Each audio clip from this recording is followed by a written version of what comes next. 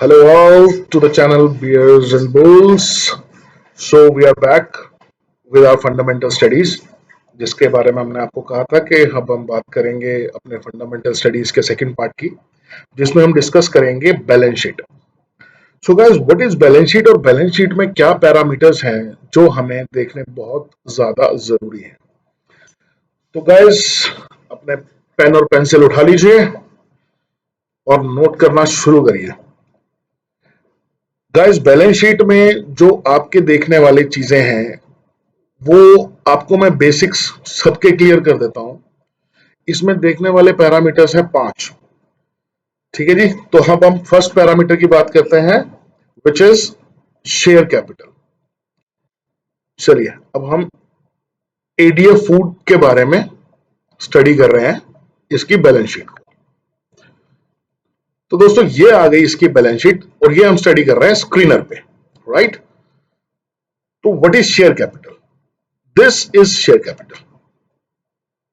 आगे आपको दिख रहा है, this is share capital. Share capital वो अमाउंट होता है जो प्रोमोटर ने अपना अमाउंट इंडल्ज किया होता है।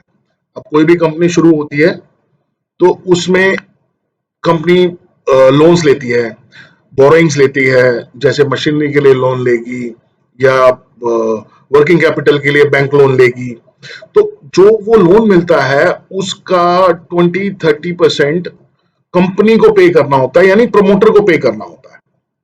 ठीक है जी, तो ये आप डायरेक्टली इसे आप ये समझ सकते हैं कि ये कंपनी अमाउंट है, राइट। इसे कहते हैं शेयर कैपिटल। गाइस अब इसमें हमें देखना क्या है कि या तो ये स्टैटिक हो, जैसे आप देख रहे हैं 20, 21, 22, 22, 22, 22, 20, 20, 20, या तो ये स्टैटिक होना चाहिए। अगर ये कम हो रहा है तो ये एक प्लस पॉइंट है, राइट। और अगर ये बहुत ज्यादा कोई मैसिव इंक्रीज हो रहा है तो ये नेगेटिव पॉइंट है। नेगेटिव पॉइंट कैसे है और प्लस पॉइंट कैसे है? कंपनी अर्न कर रही है, ठीक है, तो प्रमोटर कहता है यार ठीक है कंपनी अर्न कर रही है तो थोड़ा पैसा मैं अपना निकालता हूं, तो वो अपना पैसा थोड़ा सा निकालता है, यानी कि कंपनी अर्न कर रही है, राइट। और अगर ये बढ़ रहा है ईयर ऑन ईयर बेसिस पे, इसमें कोई मैसिव इंक्रीज आ रहे हैं, ठीक है, तो वो थोड़ा सा डाउट है उसको कि बार बार उसको पैसा डालने की जरूरत क्यों पड़ रही है, उसको अपना शेयर कैपिटल इंक्रीज बार बार क्यों करना पड़ रहा है। तो वो क्वेश्चन मार्क आता है उसके प्रॉफिट पे, राइट। सो दोस्तों अब अगली जो चीज आपने देखनी है, नंबर 2 इज कैश रिजर्व। ठीक है जी, ये आपको देखने में मिलेगा रिजर्व्स एंड सरप्लस में, ये कॉलम, राइट।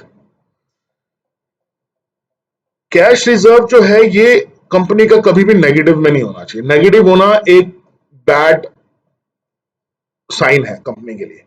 कोई एक आध साल किसी पर्पसली या अनपर्पसली कोई आ जाता है तो कोई दिक्कत है नहीं, लेकिन अगर कंटिन्यूअस आ रहा है, 2 साल में आ रहा है, फिर 1 साल में नहीं आ रहा है, फिर 1 साल में आ रहा है, फिर 2 साल में नहीं आ रहा है, तो इस तरह का पैटर्न जो है वो नहीं होना चाहिए। ये बेसिकली इंक्रीजिंग होना चाहिए। जब कंपनी इंक्रीज करेगी तो ये आपके रिजर्व्स एंड सरप्लस जो हैं, कैश रिजर्व, ये वो अमाउंट होता है जो कंपनी कमाती है और कमा के अपने प्रॉफिट्स की तरह उसको अपने रिजर्व्स में रखती है। ठीक है, आई होप आपको ये दोनों पॉइंट्स बड़ी अच्छी तरह से क्लियर हो गए होंगे। अब दोस्तों जो तीसरी चीज है दैट इज डेट। डेट के 2-3 पैरामीटर्स हैं। हम डेट को करंट लाइबिलिटीज भी बोल सकते हैं, अदर लाइबिलिटीज भी कंसीडर कर सकते हैं, हम इसे बोरोइंग्स भी बोल सकते हैं। तो ये हर हर तरह की लाइबिलिटी जो है ये बोरोइंग्स एंड अदर बोरोइंग्स, ठीक है जी। ये अब ये शॉर्ट टर्म भी हो सकती है, ये लॉन्ग टर्म भी हो सकती है, ठीक है। तो ये कितना है, राइट। और इसका हम अब चलिए हम अब दिख रहा है हमें यहाँ पे ये 1 करोड़ का ये है, 17 करोड़ का ये है 2010 में, ठीक है। और 2021 में कंपनी के ऊपर अब यहां से देखेंगे 17 तो आज 68। ओ माय गॉड, ये तो बढ़ गया, कंपनी पे कर्जा बढ़ रहा है। तो क्या कंपनी खराब है? नहीं। अब आपने इसको कंपेयर करना है इसके कैश रिजर्व से कि कंपनी ने कैश रिजर्व कंपनी का कितना बड़ा है और डेट कंपनी का उसके मुकाबले कितना है। क्योंकि अगर कोई भी कल को कोई भी कंपनी पे कोई बुरा वक्त आता है तो क्या कंपनी अपने रिजर्व्स में से अपना डेट घटा सकेगी? अब यहां पे 300 होना और यहां पे 235 होना, ये एक साइन ऑफ वरी है। लेकिन यहां पे 235 होना, यहां पे 68 होना, कभी भी चुका देगी कंपनी। राइट दोस्तों, आई होप आपको ये चीज समझ आ गई है। अब चौथा आपने क्या देखना है, fourth point is book value. Company की बुक वैल्यू क्या है? This is the book value.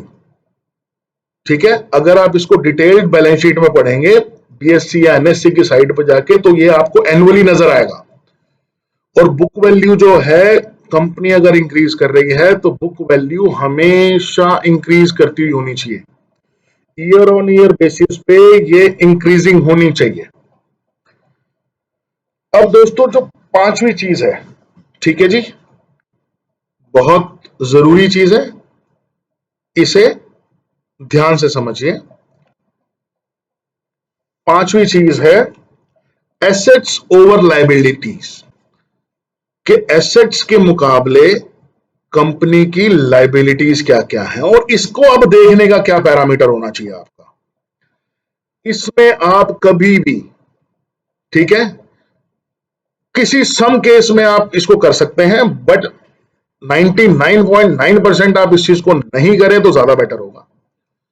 आपने लायबिलिटीज लेनी है ओवर एसेट्स, तो आप यहां पे लेंगे कंपनी के फिक्स एसेट्स, कंपनी का CWIP। What is CWIP? CWIP होता है जी capital work in progress, right. कोई स्टॉक भी हो सकता है, ये प्रोडक्शन वैल्यू भी हो सकती है,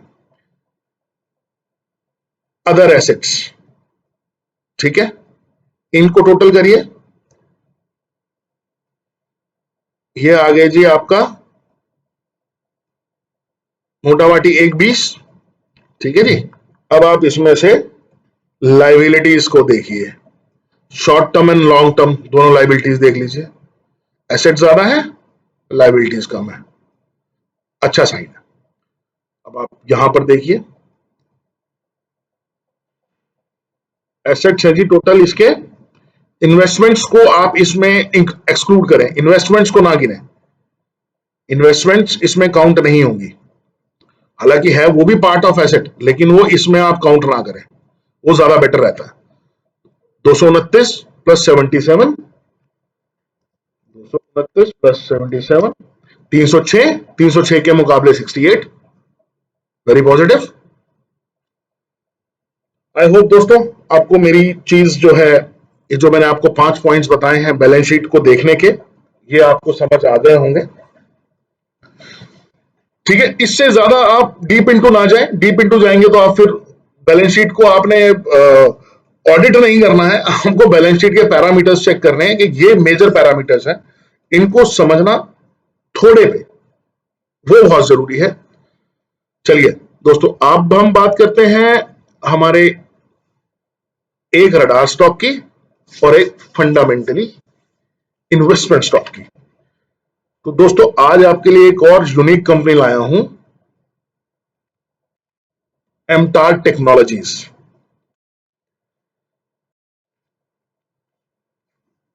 दोस्तों बिजनेस, आपने बिजनेस को देखना, बिजनेस को पढ़ना आपका काम है, मैं अब वेबसाइट खोल के आपको नहीं दिखाऊंगा, राइट। अब हमने जिन पैरामीटर्स की आज बात की है उन्हीं पैरामीटर्स पे इस कंपनी को देखेंगे, उन्हीं पैरामीटर्स पे हम इसकी बैलेंस शीट चेक करेंगे, ठीक है जी। शेयर कैपिटल देखिए स्टैटिक है, ठीक है, हल्का सा इंक्रीज आया, कोई ऐसा कुछ नहीं है, कंपनी बढ़ रही है और अगर ये प्रमोटर का पैसा है तो इसमें कोई इशू नहीं है। राइट। अब इसके देखिए जी, आप अपने रिजर्व्स देखिए, रिजर्व देखिए, रिजर्व्स बने हुए हैं। अब रिजर्व्स ओवर लायबिलिटीज देख लीजिए, उसके मुकाबले ईयर ऑन ईयर आप इसको चेक करें कि कंपनी के पास ऑलमोस्ट डेट रहता है 100-110 करोड़ के आसपास का, कभी कभार यहाँ पे 140 हुआ है, लेकिन यहाँ पे 207 था, तो ये पॉजिटिव ही है कंपनी। यहाँ पे देखिए 2021 में 110 करोड़ और उसके अगेंस्ट रिजर्व्स कितने हैं, 450 crore, which is a very positive sign. अब हम इसके डेट्स ओवर लाइबिलिटीज देख लेते हैं, ये इसके डेट्स है, ठीक है। अब इसके एसेट चेक करते हैं, ये देखिए 129, 12 और 158, 129, 12, 158, 299 माइनस, क्या करेंगे हम माइनस, ये दो फिगर्स, ये वाली figures, -29 and -74। Asset over liabilities भी इसकी बेहतरीन है, ठीक है जी। ये सारी चीजें हैं दोस्तों देखने वाली। तो ये हमारा एक बेहतरीन स्टॉक जो हमने आपके लिए ढूंढा है, इसमें आप चाहें तो, अच्छा इस स्टॉक की एक और बात आपको भी शानदार चीज दिखाता हूं। डीआईआई का इन्वेस्टमेंट देखिए 24%, 25%।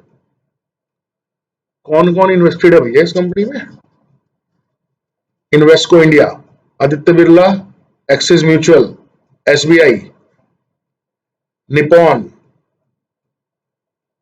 ये कौन सा है, ये कोई ट्रस्टी है, PGIM, UTI small cap, HDFC trustee, UTI long term equity. क्यों ये था इतने सारे म्यूचुअल फंड्स इसमें इंटरेस्टेड है भाई, ये थोड़ा समझने वाली चीजें हैं, ये देखने वाली चीजें हैं। अब देखिए एफआईआईज में कौन इन्वेस्टेड है इस कंपनी में, एफआईआईज में भाई साहब इसमें गोल्डमैन सैक्स इन्वेस्टेड है। गोल्डमैन सैक्स यूएस का सबसे बड़ा फंड है, इसके बारे में जाकर थोड़ा सा स्टडी करें, बहुत अच्छी कंपनियों में ये निवेश करता है। तो आप इसका बिजनेस आपको कैसा लगा, ये तो मैंने आपको इसके सारे पैरामीटर्स दिखाई दिए। अब आप एक बार जाके इसका बिजनेस जरूर स्टडी करिएगा और कमेंट करके बताइएगा कि इसका बिजनेस, इस कंपनी का आपको कैसा लगा। अब दोस्तों बात करते हैं एक रडार स्टॉक की। रडार क्या है, वो भी हमारा, वो भी फंडामेंटली अच्छा स्टॉक है और उसमें आप चाहें तो अपना निवेश शुरू कर सकते हैं। छोटी कंपनी है, रेक्सनॉर्ड इलेक्ट्रिक्स, रेक्सनॉर्ड इंडिया, ठीक है दोस्तों। इस छोटी कंपनी है, थोड़ा इसे स्टडी करिए। ये कंपनी मैं आपको इसलिए सजेस्ट कर रहा हूं क्योंकि जब भी जो पीछे जो गिरावट हुई थी 10-15 दिन पहले, उस गिरावट में ये स्टॉक इतना गिरा ही नहीं था, और जो ये गिरा उसने अपनी रिकवरी उतनी ही जल्दी कर ली। तो इस स्टॉक में आप चाहें तो अपनी बाइंग कर सकते हैं। इसके पैरामीटर सारे जरूर चेक करिए, कंपनी की सेल्स क्या है, चीजें और बाकी क्या हैं, क्या चीजें देखने वाली हैं, वो मैं आपको सारी ऑलरेडी बता चुका हूं पहले वीडियो में। दूसरे वीडियो में मैं आपको बता दिया है कि बैलेंस शीट को कैसे पढ़ना है, राइट। आई होप आपको चीजें थोड़ी सी समझ आई होंगी, और अगर अच्छी लगी हों तो like, subscribe and share. So bye bye, till next video, stay invested.